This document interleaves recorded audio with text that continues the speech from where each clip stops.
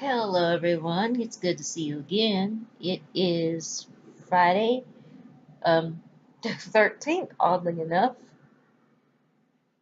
14th. Sorry, 14th. I was going to say, whoa. It's Friday the 14th of October. Wow, this time is flying by. Um, I wanted to just kind of come on here and talk to you all about something that's very important to me. It's something that I've been dealing with since day one of my life. Um, I'll explain what it is, and then I'll explain what I have, and then I'll explain what it is, all the ins and outs of it, how it came to be that I have what I have, um, and that it was something that was from birth. So, for those of you who have never heard of spina bifida, I have spina bifida. I was born with spina bifida in 1977 of January 6th. I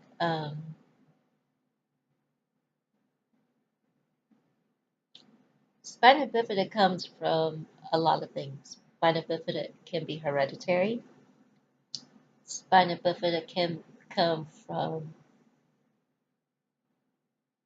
what I understand, one of the things is not enough folic acid when a lady is pregnant and is taking prenatal vitamins. That is one of the most important prenatal vitamins that you can take while you're pregnant throughout your pregnancy. That is one of the most uh, crucial ones you should take. Um, my mom, from what I understand, I guess did not take enough of the vitamin, but I also understand that it was hereditary or is hereditary. I also have a cousin, long distant cousin I've never met. I don't know. And if I have, it's been a long time ago. She has it as well in the family. Now, um, there are lots of things that go on with having this. There's lots of challenges you face. There's lots of things you have to watch out for. Lots of things you have to look for. Lots of things you have to be careful of.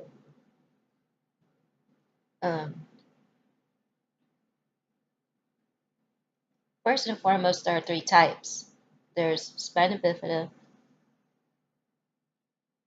uh, occulta, spina bifida with myelomeningocele, spina bifida with hydrocephalus, and another one that I can't think of at the top of my head right now. But when I think of it or remember what it is, I will definitely um, let you know or clue you in on that. And right now, I just can't think of it at the top of my head. Um, and I wanted to do this because it is Spina Bifida Awareness Week, or Awareness Month. Um, Spina Bifida Awareness is always in October, and it's the month of October, so it would only be fitting for me to do this video. Um, Spina Bifida happens when the, from what I understand, when the spinal cord, okay, your spinal cord, this is your spinal cord, okay? Like this is your spinal cord. When the spinal column, which is going to be like this, okay, this is your spinal cord. See my nail sticking out? That's a spinal cord. Your spinal column is my hand around it. Well, when that part is not completely developed, As the baby grows inside of the mother, um, and is just an embryo at the time, but is growing as pregnancy goes along. When it doesn't grow completely around the spinal cord, it leaves a gap, an opening, which is just a thick or a thin layer of skin that looks like a huge bubble or blister on your back. Um, your spinal cord is and its spinal column are exposed. Um,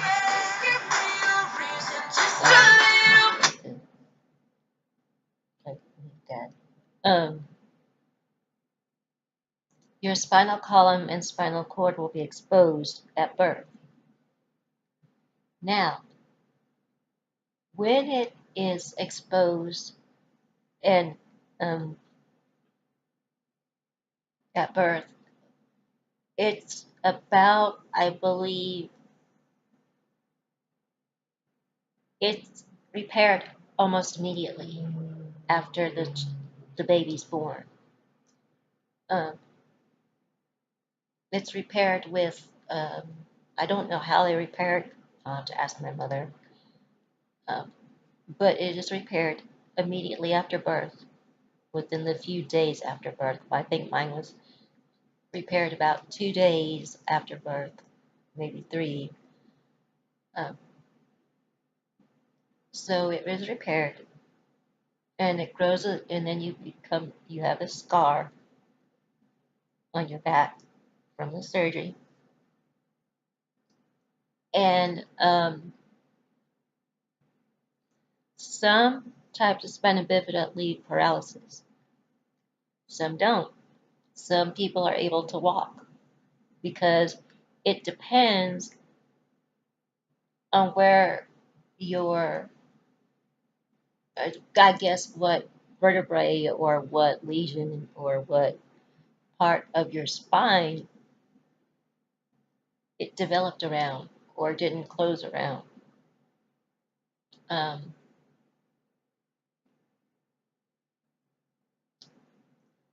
so there are the types where somebody can walk and they have trouble walking. They kind of walk side to side, or they kind of have a limp as they walk, but they can walk. I, on the other hand, have what they call the most severe form, and I don't know why they say it like that because it's not severe, you know. I mean, yes, I have paralysis. I can't, I'm physically challenged. I can't walk, but it's not like it's taking my life, you know. Although that can be an unfortunate part of spina bifida. Most doctors will tell you, as a mother, that you will not probably live to see their 20s. They will probably never live to see 18. Well, for some that is true. I have several friends that I had, unfortunately, who have passed from it. I have been the lucky one. And when I say that, I mean in this or the retrospect of I was told my mother was told that I wouldn't live to see my 20s, probably wouldn't be even able to see my teens. Um, but as you can see, I'm here, and I am 39, almost 40 within a couple of months. So you can defy the odds because I have. Some are not so lucky, and I have a best friend who passed away who was not lucky and had the same thing. Got very sick with all the health complications that could come with it. And the very last time was in the hospital and never made it out. Um, but it can be treated, can be fixed, because it is fixed once you are born. Um, with those, with this physical challenge, because I don't like to say disability because I am not disabled. You didn't put me together, or I'm not broken. So you didn't put me together and then disable me like a machine, or assemble me like a part. So I don't use disabled because I'm not a toy that you take apart, put together, or I'm not a piece of Play-Doh you tear off and put back together. I'm just me. So I say physically challenged because I am physically challenged. I have challenges. So I'd rather call them challenges than to say I'm disabled, but that's just me. A lot of people don't mind being saying disabled, and that's fine. And hey, whatever floats your boat. I just prefer the phrase physically challenged. That's just me. Um, with that comes some complications, some things that will come along in your life having spina bifida. I have what they call a VP shunt. I don't know what the P part of it is, but I know the V is ventricular. It's got to be because that would make more sense. I don't know what the P means, but I know what the V part of it is. And what a shunt is it's a tube that is placed down within your neck or the back of your ear and behind your ear, down into your stomach. And it looks like a piece of spaghetti. It's a skinny, skinny, skinny tube, flexible tube, because it's got to be able to move with your head and everything. Tube that goes down in there. And what it does is it drains fluid from my brain into my stomach.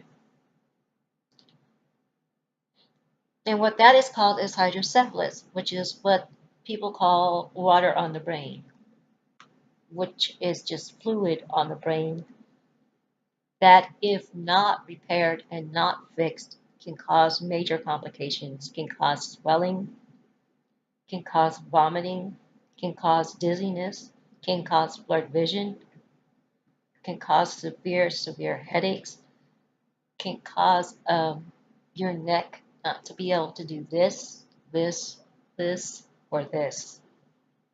It will remain stiff as a board. You wouldn't be able to move your head or neck if the fluid were to build up and stay built up.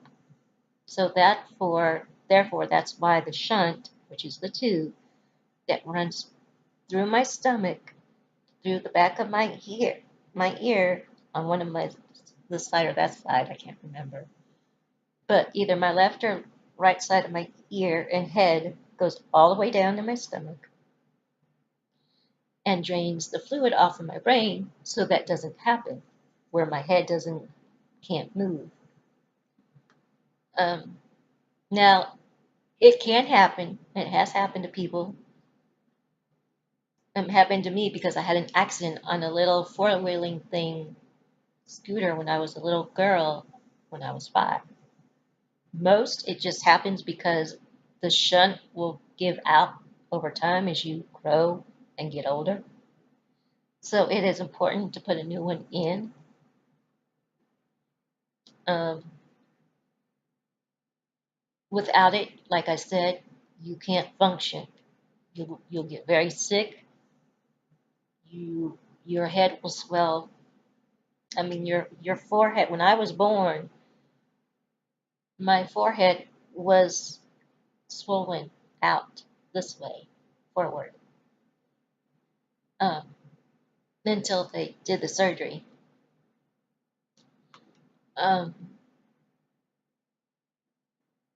so your head will swell because of the fluid on the brain compressing and filling up and not being able to drain properly without that support of the tube that I'm telling you about. Um,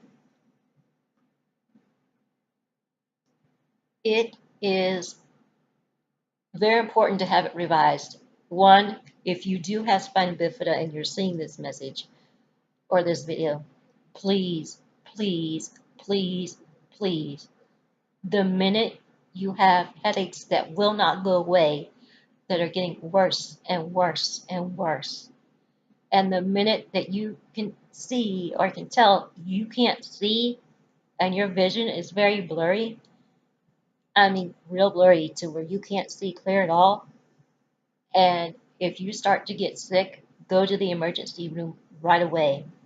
You need to call 911 right away, because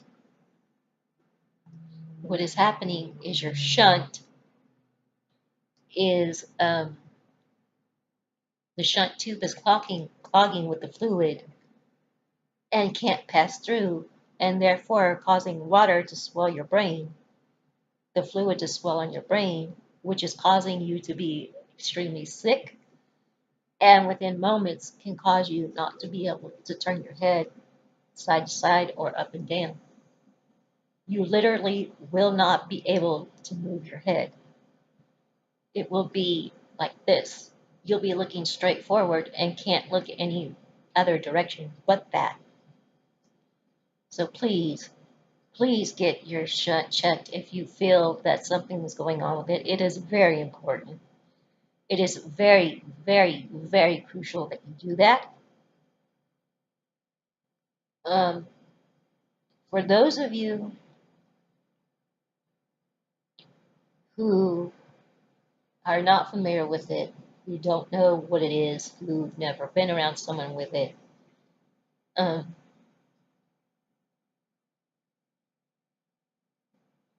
all it is you will go in, you'll have surgery, they'll repair it, they'll take the one that doesn't work anymore out, they'll put the new tube in, and they'll sew it back together, they'll close you up, and there you go, and it should work. Now, people I know have had to have them done quite a bit. I've only had to have mine revised once, which means repaired. I've only had to have it revised once. I've been fortunate. But I know the signs. I know what to look for. If the side of my neck is bulging out where the tube is, and it's bulging past the point where I'm hurting and I can barely turn my neck, I know I need to get to a hospital and I need to get there now.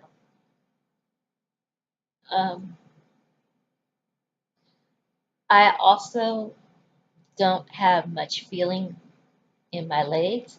I have some, but I don't have a lot. That is common with spina bifida.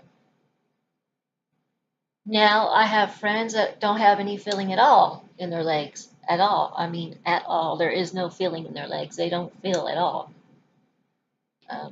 I can feel some, but I can't feel completely. Um, and you'll have neurological issues. I always,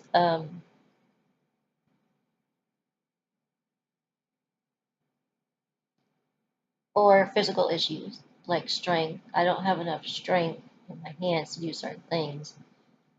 My hands look like the way they do because of my physical challenge. Um, I have limited strength in both arms and both hands, mostly in both arms. My right arm and hand is stronger than my left hand and arm, much stronger. Um, I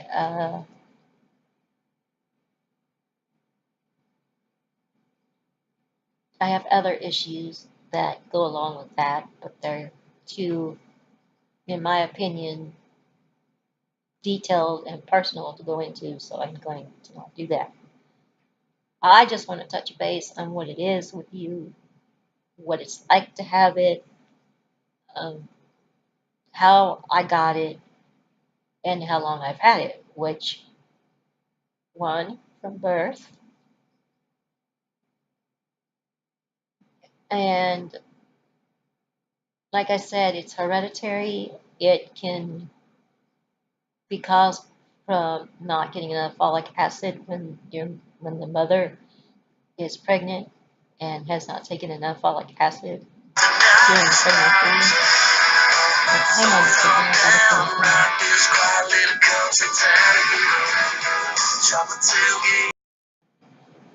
All right, everyone. Sorry about that. I had to take a phone call that was important, so I had to stop for a second, take a little intermission. But anyway, as I was saying, um, the with the spina bifida, uh, now I lost track. I knew that was going to happen. There, like I said, there's many forms of it. I have what they say is the severe form of it because I can't walk or anything, but it is what it is. Um, I don't let it define me. I try very hard not to let it define who I am and what I do in life. I don't let it take my life over. I don't let it bother me. I try not to let it bother me uh, because, in my opinion, I'm here for a reason. I was born for a reason, and whatever that reason is up to God and whoever else. So that's why I'm here. Um, I don't fault God. I don't fault my mother. I don't fault anyone. I don't blame anyone. I don't hate anyone. I'm not bitter towards my spina bifida, towards my physical challenge. I have no reason to be bitter towards it. It is what it is. It's life. It happens. And we go through it and we get through it. Um, there are some struggles that I have trouble with. You know, I have trouble reaching things that are higher than what I can reach. But thankfully, with the chair I have what they call an elevator, which raises the seat part of it to a level of a shelf or whatever that might be high that I can reach whatever I'm trying to get. Um, so that's good. I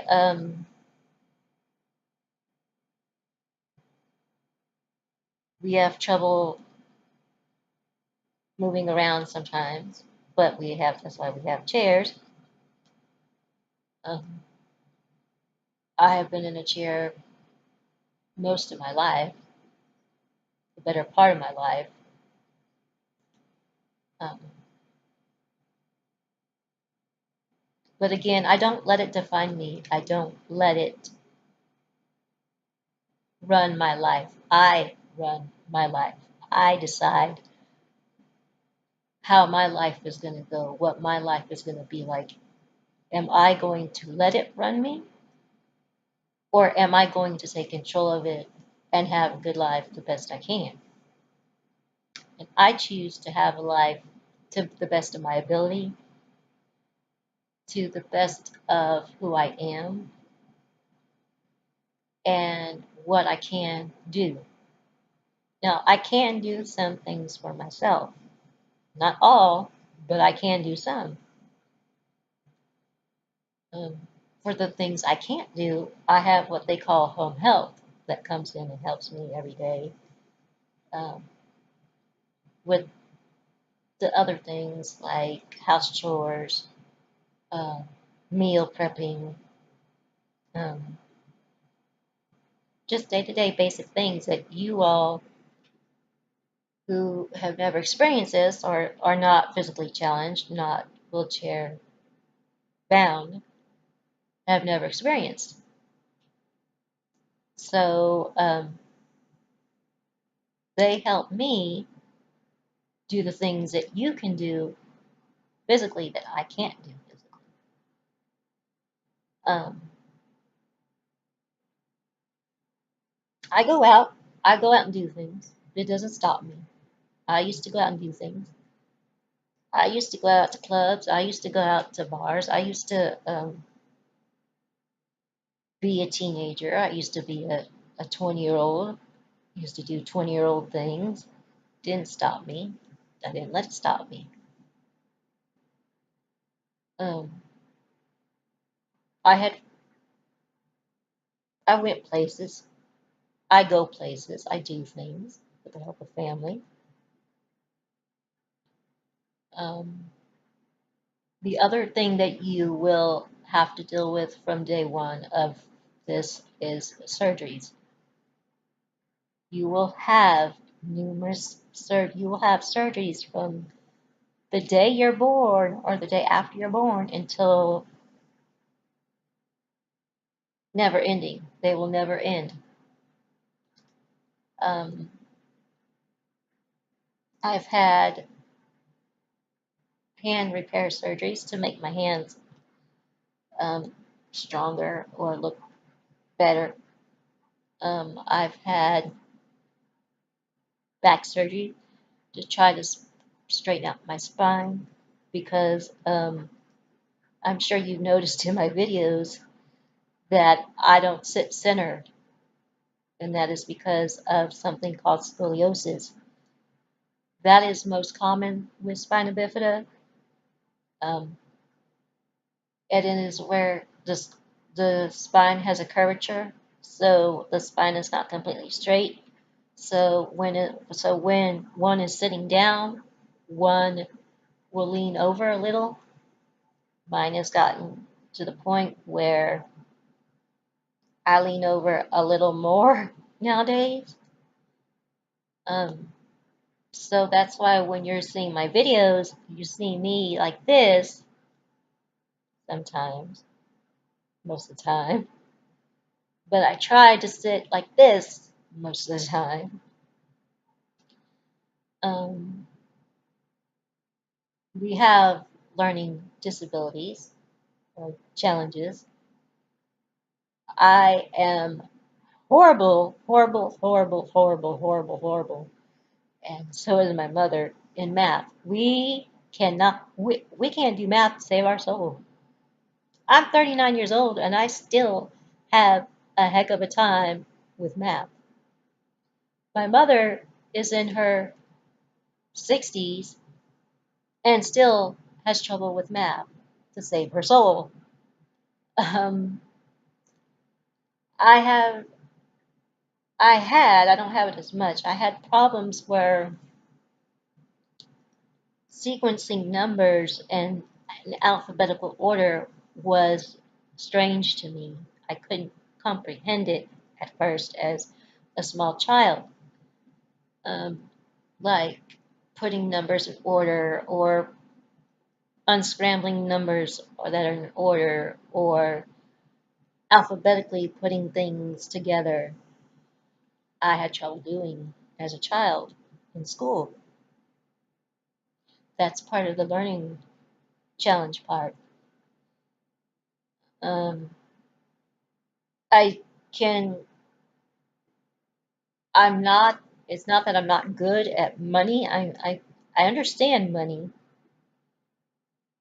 It's, I have a hard time sometimes counting it out to the appropriate and correct amounts. So if family's with me, They help me to count out when I'm shopping the right amount to give to the cashier. Um, it's not bad. I mean, I do understand money. I just have to know. I have to have someone help me count it out to make sure that they get the correct money that they're owed, or when I go shopping. Um, I have trouble sometimes distinguishing, not a lot, but distinguishing a quarter from a half dollar, a nickel from a dime sometimes. But as long as I see it, then I know, oh, okay, well, that's a quarter, that's a dime, that's a half dollar, that's a nickel. I mean, I know what a penny is and all that. I just, if I'm not seeing it, I have trouble distinguishing what that is as far as money and coins or your change that you give back or they give to you. Um, I was great in history. I loved history, and I still love history to this day.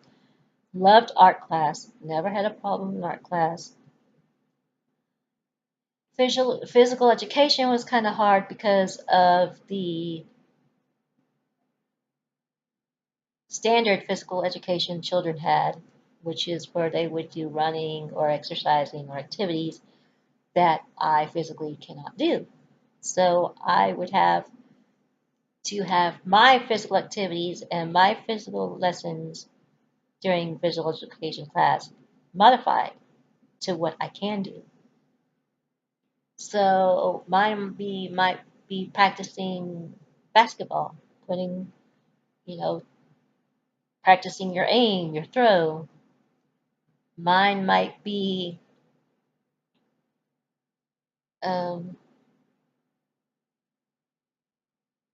testing your strength and your muscle strength during the day at school. Mine was also physical therapy. I would lay on a mat during some free time, and a physical therapist would come and um, help me stretch out muscles and things like that, so they wouldn't become too tight and cause pain. I did occupational therapy. I've learned to open things that I didn't know how to open before. I've actually learned to tie things I couldn't tie as a child. Like most children can tie their shoe. I didn't know how to. I couldn't because of my hands and the strength and my coordination in my hands. I recently learned to tie within the last 2 years, to tie a shoestring, to tie anything, to tie a ribbon, to tie a bow. I learned that 2 years ago, when most learn that as a child at a young age. I am not very good at cutting my own food as far as meat. If it's a tough meat or something tough, I have trouble cutting it, but I can do it. It just takes a while. If it's really tough, then I can't do it and I'll need help. Um, I can use a microwave. I can use all that stuff. I can feed myself. I can do those things. I can get a drink out of the fridge and something to drink. I can open. Um, I've learned to adapt on how to open a soda can, although I'm not even doing sodas anymore, but still, back then I could do that. I still can do that. Um, I can brush my hair for the most part. The back is hard to kind of get when I'm brushing my hair, but for the most part, I can brush my hair. I put my own makeup on, as you all know. I haven't shown you how I do like eyeshadows and stuff, but I'll show you one day. Um, I can brush my own, do my own daily oral care, like brushing our teeth and stuff. I can do that on my own. Um, I can't drive because of my dexterity and my strength and my arms are weak, so therefore I cannot drive. Um, I have help with that, getting to and from somewhere that I need to be. Um, so yeah, I am independent. I'm just differently independent than most. I've learned to adapt to my life. I've learned to adapt with independence. I've learned to not take things, and the most important thing is not to take people seriously or too much to heart. That was something I had trouble with as a child. I took things to heart too much as a child, but any child would, who goes through these things when they're young. They don't understand. They think people are being mean and cruel and rude and I've been teased, I've been bullied, I've been called names. I got that a lot growing up as a child in school and friends and things. Um, as an adult, I don't let it bother me now. If a child comes up to me or a child walks by and they're staring, I don't take it bad. I don't take it as offensive. I take it as curiosity because they're not looking at you like, oh my God. They're looking at you like, what is that? Like, oh, that's cool. Or what is she doing? Or is that like a car? Or she's riding in a chair that she rides a she gets to push these buttons and so it's a look of curiosity and fascination when I see a child staring at me. So when I see children staring at me, I say hello. I say, how are you? Or when I see a cute little child looking at me, I'm like, well, hello, how are you? Don't aren't you just the cutest little thing? And most parents don't, it doesn't bother them. They'll just smile and say thank you. Or they'll come to me, or they'll do like most will do. Some parents think that, I guess some parents have this thing or think that they're afraid that their children will say something to offend us. With me, there is nothing a child could say that would offend me. It might surprise me, it might make me chuckle, but they could never offend me. Um, and I've had some really good, I'll have to share some really cute stories with you because they're kind of long, and I know I don't have long.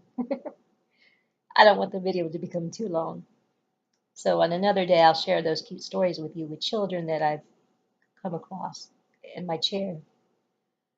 Um, I will say that children think that my chair is a toy, a ride. They like to ride, especially the little ones, like the toddlers. They love to ride my chair. They love to get it on the back. They love to sit on my lap. They love for me to ride them around. And I don't mind doing that. I don't mind that at all. As long as they're not touching buttons that they're not supposed to, then I have no problem with them being on my lap and me riding them around or me, riding them on the back of my chair and things like that. It just tickles me that they like that so much. Or I've been out places and I'm getting out of the car, I'm getting in the car, and a child will say, "Ooh, mommy, look at their car! Look at their car! They have a car." They think it's a car and it's not, or they think I'm driving a car and I'm not. So they'll say, "Is she driving a car, mommy?" So they have to explain that no, honey, it's a wheelchair or something that has buttons that makes me move. Or um, they'll see the lift come out of the van and they want to know. So they see it go up and they see it go down, and you see their eyes are wide and curious and they're excited. So they sit there and watch. And I don't mind if, as long as the parent stops for a second and lets them watch, I don't mind that they watch. That's fine with me. But again, I think some parents are afraid that their child will say something to offend us or do something to offend us. With me, as I said, that's not the case. If you're curious, by all means, if you'll allow your child to come up and ask me questions, I will answer those questions. Like say a child comes up and says, "Is that a car?" I'll explain the best to their understanding that no, but it looks like one, huh? And it moves like one, huh? They'll be like, "Yeah." And I'll be like, "Neat, huh?" And they're like, "Yeah." Or they'll see me raise up my chair to reach something on the shelf in the store, and they'll say, "Ooh, mommy, her thing goes up and down. How'd she do that?" And they'll kind of say, "Well, honey, I don't know, but isn't that neat?" They're like, "Yeah." And there are a lot of times mom will say, "Well, show them what it does." So I'll show them. And they're like, "Ooh." And it's so cute to see their reactions, especially the little ones. And then I've had my chair scare little ones to death. Actually make them screaming, crying, scared to death. Take it off. Like, I guess they think because they're so little and my chair's big, that my chair's going to chase after them. When that's not the case, but they don't understand because they're so little. The one thing I don't like is if you're a full grown adult and you're staring at me and you haven't said hello and you're staring at me. That's what I don't like. FYI. So if you ever come across me, say hi. Don't stare. Just say hi. You're going to say hi. I'm not going to bite. I'm not going to bite your head off. I'm not going to tell you to leave me alone. I'm not going to be like, what are you looking at? Say hi. Because chances are you'll find that I'll say, hi, how are you? Because I did get a lot of people that come by and say, hi, how are you? Or I'll say, hi, I'm good, and you? They'll say, oh, I'm good. Like, oh, well, thank you. Or they'll say, oh, well, you have a nice day, or you too. Or I even had someone say, you have a really nice smile, man. And I was like, well, thank you very much. I appreciate that. That made my day. Thank you. So you don't have to be afraid of us. We're not going to bite your head off. We're not going to chase after you. And chances are, if you say hi, you might find we'll actually open our mouth and say hello too. So please, if you're an adult and you see someone in a chair, don't stare. Just say hi. Because if they can say hi, they'll say hi. As long as you say hi first and you're kind about it, or you just simply wish them a good day. If you see someone in a store in a chair, they'll say thank you. So don't stare, just say hi. Um, and I don't mind if you see me out and you want to ask for help. That's fine. Because if I actually need help, I'll say, oh, yes, thank you so much. I appreciate it. Thank you, thank you, thank you. Or I'll say, oh, I've got it, but thank you very much. I appreciate it, your help. But most of the time, if I really do need it, I'll say, oh, thank you so much. I appreciate it. So if you see someone and you don't know if you should offer help, you can. If you were to run into me and you say, oh, well, could I help you? Sure. Thank you. I appreciate that. That would be great. Because that's the way I was raised to respond. I was raised to say, thank you. I appreciate that. Or I was raised to say, oh, well, I think I've got it, but thank you very much for asking. Um, we are not afraid to talk to you. So don't be afraid to talk to us. If you have kids that come up to us, don't be afraid. They're just curious. They just want to know. They're just fascinated. So we will answer their questions the best to our ability and as much as they can understand based on the level of their age. I've always tried to explain to children, like I've had several children in life come up to me and go, "What happened to you?" And I'll say, "Well," and I'll try to explain the best I can so they understand. I'll say, "Well, my legs just didn't want to work.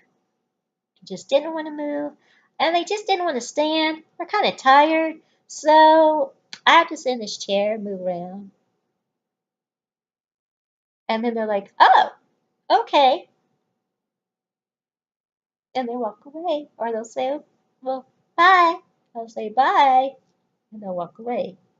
I even had one girl who was really smart, and she came up to me and she said, "God made you that way, didn't he?" I said, "Yes, he did. You are correct, and you were super smart. But it's okay because he still loves you." I said, "Yes, that's true too. You are really smart. So don't cry." And I was like, "Okay, I won't cry." I remember I was out at a theme park when this little girl came up to me and said that. I said, "Okay, well, I won't cry." She's like, "'Cause it doesn't matter." Well, thank you. And then she said, "Okay, bye." And so I smiled and giggled and said, "Bye, you take care and have fun." She said, "Okay." And she walked off with her family. I've also had little ones just come up and just smile and giggle and then they run, take off, come back, smile and giggle, run, take off and come back. So we play peekaboo for a couple hours when I'm in a store and I see a little child come up and they're kind of curious and then they want to run and they want to come back and they want to run. So I just play it till they just leave with their mommy or daddy. And I love doing that. I like when kids are like, they look at you because they want to say hi, but they're not sure. So I always try to say hi. Mom will say, "Well, say hi." So I'll say, "Hi, how are you?"